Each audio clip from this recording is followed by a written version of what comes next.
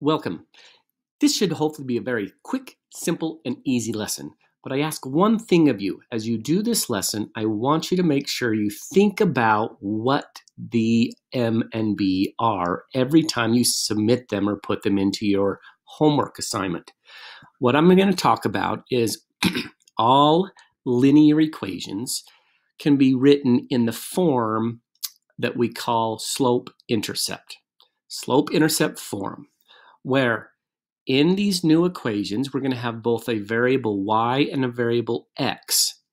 And they can be written in many different forms, but if they're written in this form where we have y equaling, m now is a number that we're going to times by x plus or minus some number.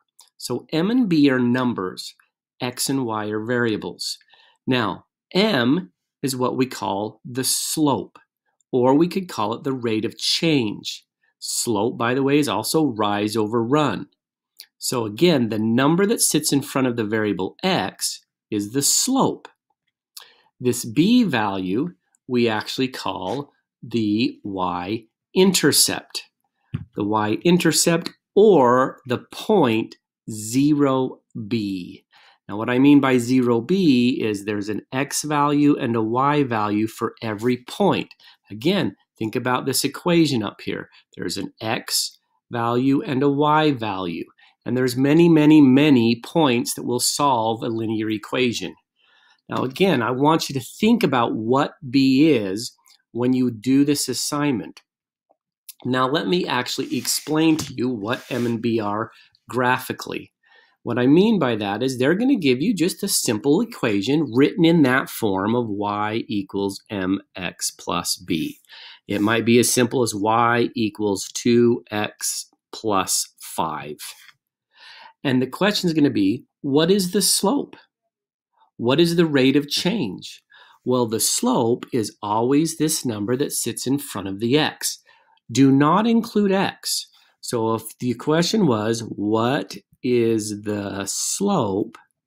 The slope is 2. The slope is 2 is what you would type in. Now, if they asked, what is the y-intercept? The y-intercept is this value after. The y-intercept would be 5.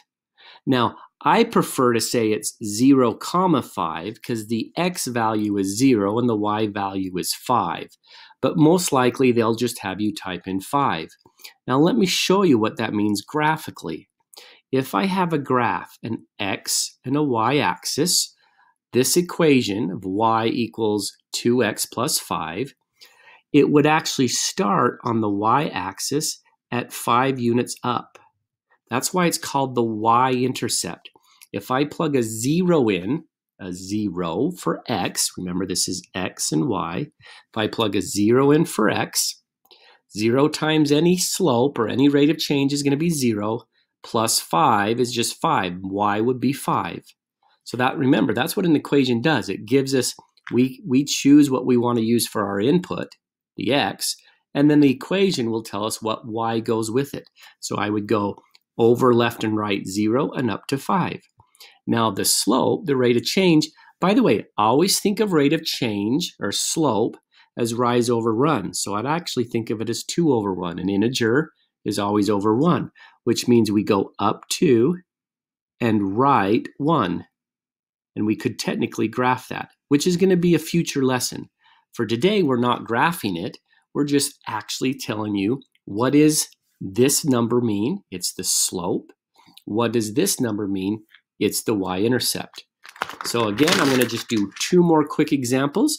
You might be given y equals negative 3, 6x plus 9.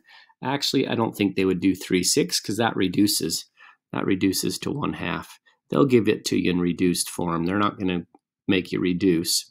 But let's say they give you negative 1/2 x plus 9. They ask you, what is the slope? Well, the slope is the number that sits in front of the x. So I want you to think to yourself, oh, the slope is a rise of 1 and a run of 2, and it's negative, right? If they ask you, what is the y-intercept? you're going to think, oh, the y-intercept, well, that's this number here. The y-intercept is 9, or it crosses the y-axis at 9. It has an x value of 0 and a y value of 9.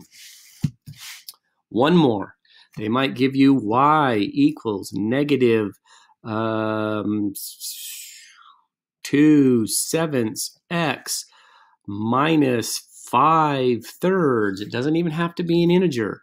Again, if they ask you what is the slope, well, the slope is the number that sits in front of x.